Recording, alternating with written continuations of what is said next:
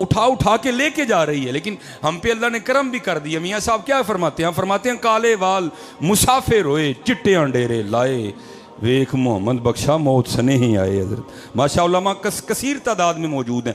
سب سے پہلے سفید بال حضرت ابراہیم علیہ السلام کو آئے، اس سے پہلے بال سفید نہیں ہوتے تھے۔ جنت میں ہر جنتی کی عمر 30 سال ہوگی، کسی کے بال سفید نہیں ہوں گے۔ میں اکثر سوچتا ہوں یار اگر جنت میں اللہ بندے کو جمع رکھنے پہ قادر ہے تو یہاں نہیں رکھ سکتا؟ ہاں یہاں بھی رکھ سکتا ہے، لیکن چٹے وال کانوں دیتے ہوئے بندہ بن جا، بندہ بن جا۔ اے پیغام آیا ہے مالک دا، سنیا آیا ہے کالے وال مسافر ہوئے چٹیاں ڈیرے لائے، ویکھ محمد بخشا موت سنے ہی آئے ہیں۔ تو پھر یہ نہیں کہ صرف میاں صاحب کا یہ پیغام تھا، بابا صاحب نے بھی کہا۔ آپ فرماتے ہیں اٹھ فریدہ ستیا چاڑو دے مسیت، تو ستا رب جاگدا تیری ڈاڈے نال پریت ہیں۔ اٹھ فریدہ ستیا تیری داڑھی آیا بور، اگا آ گیا نیڑے پچھا رہ گئی دور۔ اٹھیے ذرا جی ہن محنت کریے۔ اے سارے بڑیاں بڑیاں دے وہم نکل گئے نے، میں یہ کر داں گا میں وہ کر داں گا، سارے گھراں چ وڑ گئے نے جا کے۔ سلام نہیں لین دے ایک دوجے نال ڈردے کہ کٹا کرنا ہے، اسی وہی کرنا لا ذرا جی۔ وما تشاؤون الا ان یشاء اللہ رب العالمین یفعل اللہ ما یشاء فعال لما یرید۔ حضرت کگی رہی اتھاں کھلوتی چنگی پلی نروئی، مارن والے موئے محمد مرضی رب دی ہوئی۔ بڑوں بڑوں کے وہم نکل گئے ہیں حضرت، اس لیے اپنے اللہ پہ لو لگاؤ۔ بابا صاحب فرماتے ہیں میں قرب الہی پانے کے لیے ریاضتیں، مجاہدے، نوافل، تلاوت قرآن کریم، ذکر الہی، درود پاک، آپ فرماتے ہیں شیخ کے مطابق لگا، بس کرم ہونا تھا، قرب میں اضافہ ہونا تھا، کچھ پردے اٹھنے تھے، کچھ حجابات اٹھنے تھے۔ آپ فرماتے ہیں مجھے پیاس لگ گئی۔ اور بابا صاحب کا شمار ان صوفیاء میں ہے کہ جن کی اپنے نفس کے ساتھ ذرا بھی نہیں لگی، ساری زندگی مخالفت نفس کے مشن پہ رہے۔ آپ فرماتے جب پیاس لگی نا تو میں نے بھی نفس کو مخاطب کر کے کہا کوئی نہیں پانی ہے، نہیں پانی کوئی، لیکن آپ فرماتے ہیں آہستہ آہستہ ذوف غالب آیا، میں نے ڈھال ہو گیا۔ فرماتے میں سمجھ گیا کہ پانی تو پینا ہی پڑے گا، اس کے بغیر گزارا نہیں۔ اور میں آپ سے کہوں گا حضرت جی شکر کی عادت ڈالو۔ دیکھو نا ہر بندے کے ساتھ پانی کی بوتل پڑی ہوئی ہے، ہم نہیں اللہ کا شکر ادا کر سکتے۔ ان لوگوں نے تو وہ دور دیکھے ہیں جب نلکا تو کسی کے تصور میں بھی نہیں تھا، کنواں بھی ہوتا تھا وہ کہیں جا کے ملتا تھا۔ اس لیے تو کسی نے حضرت شیخ سعدی سے پوچھا حضور کیا حال ہے؟ آپ نے فرمایا حال کیا بتاؤں یار، اللہ کی نعمتیں کھا کھا کے دانت ٹوٹ گئے ہیں، زبان ابھی بھی ناشکری پہ لگی ہوئی ہے۔ شکر تو ایسے لگتا ہے ہم کرنا بھول ہی گئے ہیں حضرت۔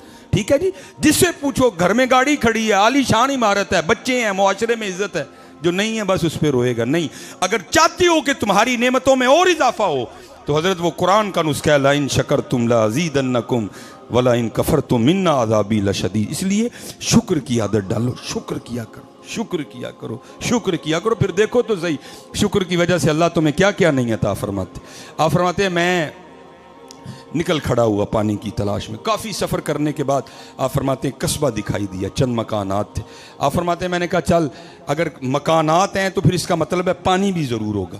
آپ فرماتے ہیں میں قصبے میں داخل ہوا، تھوڑے سے مکان گزرے، آگے جا کے دیکھا تو ایک کنواں ہے۔ اب آپ کو پتہ ہے حضرت جی جیسے ہینڈ پمپ بھی ہو نا تو تھوڑی مشقت کر کے پھر پانی آتا ہے، اگر موٹر ہو تو اس کے لیے بھی ایک کوئی سلسلہ، پھر اس طرح تو پانی نہیں آتا۔ آپ فرماتے اب کنواں تو تھا لیکن کنویں میں پانی نکالنے کے لیے اس کے اوپر وہ چرخی نہیں لگی تھی، نہ ہی رسی تھی نہ ہی ڈول تھا۔ آپ فرماتے میں نے سمجھا شاید کنواں خشک ہے، لیکن آپ فرماتے جب میں نے جھوک کے کنویں میں دیکھا نا کنواں خشک نہیں تھا، پانی تھا کنویں میں، لیکن نکالنے کا کوئی سبب نہیں تھا، اور بڑے لوگ تھے حضرت جی۔ آپ فرماتے ہیں میں کنویں کے پاس بیٹھ کے ذکر الہی میں مشغول ہو گئے، اور تصور یہی تھا جو ذات کنویں تک لے کے آئی آگے بھی کو بندوبست کر ہی دے گی۔ آپ فرماتے ہیں میں بیٹھا ذکر الہی کر رہا تھا تو کیا دیکھا کہ یکا یک جنگلی ہرنوں کا ایک جوڑا آیا۔ آپ فرماتے جس طرح آ کے میں نے دیکھا تھا نا کنویں میں انہوں نے بھی دیکھا۔ آپ فرماتے میرے دیکھنے سے تو کچھ نہیں ہوا، لیکن جب انہوں نے دیکھا تو پانی اوپر آ گیا ہے۔ فرماتے میں بڑا حیران ہوں ابھی یہ کیا ہے۔ اب حضرت شیطان تو ہر وقت اس طاق میں ہے نا کہ یہ بندہ کہاں تھوڑا ویک ہو اور اس کو میں پھر اور ویک کروں۔ آپ فرماتے دل میں بس یہ خیال ہی آیا فرید عجیب بات ہے، تو آیا تو پانی نہیں آیا، ہرن آئے تو پانی آ گئے۔ آپ فرماتے ہیں اس نے بھی وسوسے ڈالے، ہاں فرید یہ کیا بات ہوئی؟ وَالتِّينِ وَالزَّيْتُونِ وَطُورِ سِينِينَ وَهَذَا الْبَلَدِ الْأَمِينَ، چار قسمیں کھا کے اللہ کہہ رہے ہیں لَقَدْ خَلَقْنَا الْإِنسَانَ فِي أَحْسَنِ تَقْوِيمٍ، وہ یہ ہے فی احسن تقویم، اور تو آیا تو تیرے لیے پانی نہیں آیا، ہرن آئے تو پانی آ گیا۔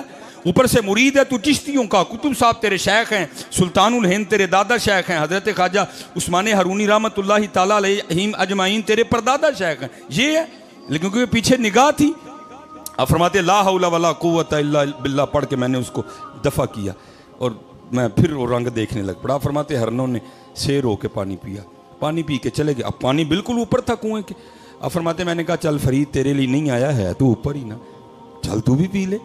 اب فرماتے جب میں پانی پینے کے لیے کنویں پہ گیا نا تو پانی پھر نیچے اتر گیا. اب فرماتے میری حیرانگی میں اور اضافہ ہوا، بھائی یہ ہو کیا رہا ہے؟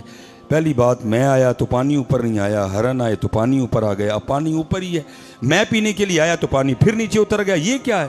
اب وہ عام تو نہیں تھے نا کہ راز راز ہی رہ جاتا، وہ تو خاص لوگ تھے حضرت. اور اقبال نے کہا تھا کیا خبر تجھ کو کہ ہے یہ راز کیا، دوست کی آواز کیا، خشک مغزو خشک تارو خشک پوست اد کجا می آئے دی آواز دوست. اور اس شعر کا ترجمہ حکیم صاحب کمال کیا کرتے تھے. آپ فرمایا کرتے تھے جڑا کدی 2:30 بجے اٹھیا ہی نہیں انہوں کی پتہ یار دی آواز کی ہوندی ہے. جڑا اس ٹائم پٹھا ہو کے ستا ہے انہوں کی پتہ یار دی آواز کی ہوندی ہے. اس کو کیا ان رنگوں کا پتہ، خشک مغزو خشک تارو خشک پوست از کجا می آئے دی آواز دوست. اب فرماتے میں نے رجوع کیا وَأَنِيبُوا إِلَىٰ رَبِّكُمْ فَفِرُّوا إِلَى اللَّهِ. یا اللہ ایک ہی رنگ ہے. فرید آیا پانی اتھے نہیں آیا، ہرن آئے پانی اتھے آ گیا، اب پانی اوپر ہی ہے. فرید پینے کے لیے آیا تو پانی پھر نیچے چلا گیا، یہ ہے کیا؟ تو پھر اوپر سے آواز غیب سے کیا آئی، فرید تم ہی تے رسید ڈول دے آسرے تے آیا ہیں، وہ ساڑھے آسرے تے آئے سن ہیں. تو اج بھی امریکہ تے بیٹھا دے آس لا کے دوائی بنانے والے نے، تو اپنی توجہ مدینہ کی جانب کیوں نہیں کر رہا ہے؟ تو ابھی بھی رشیا پہ آس لگائے بیٹھ، دوائی بننے والی ہے، بس بنا رہے ہیں، وہ اپنی لیبارٹریوں میں ورک کر رہے ہیں. ابھی بھی تیرا رب جرمنی ہے، تو کیوں مسجد میں آ کے اپنے رب کے سامنے جھک کے یہ نہیں کہہ رہا یا اللہ دعائی کا محتاج میں ہوں تو نہیں ہے؟ لیکن دکھ کی بات یہ ہے کہ آج بھی ہم انہی پہ نظریں لگائیں بیٹھے، آج بھی ہم جھولی حضور کی بارگاہ میں نہیں پھیلا رہے، آج بھی حضرت ہم اللہ کے سامنے جھکنے کو تیار نہیں ہیں. فرمایا فرید تو بھی تو رسی اور ڈول کے آسرے پہ آیا تھا، وہ ہمارے آسرے پہ آئے تھے، اور فرید جس دن تو بھی میرے پہ آسرے پہ آئے گا میں تیرے لیے بھی پانی اوپر بھیجوں گا. ہاں یہ وقت ہے حضرت رجوع کرنے کا اپنے اللہ کی طرف. پکار کے تو دیکھو حضرت ایک بار. وہ میرے حکیم صاحب کہا کرتے تھے، کیونکہ میرا وقت جو دیا گیا وہ قریب آ رہا ہے، حکیم صاحب کہا کرتے تھے وہ ہماری بے وفائی پر بھی وہ اتنا پیار کرتے ہیں، اگر ہم با وفا ہوتے تو کیا ہوتے حضرت ہیں.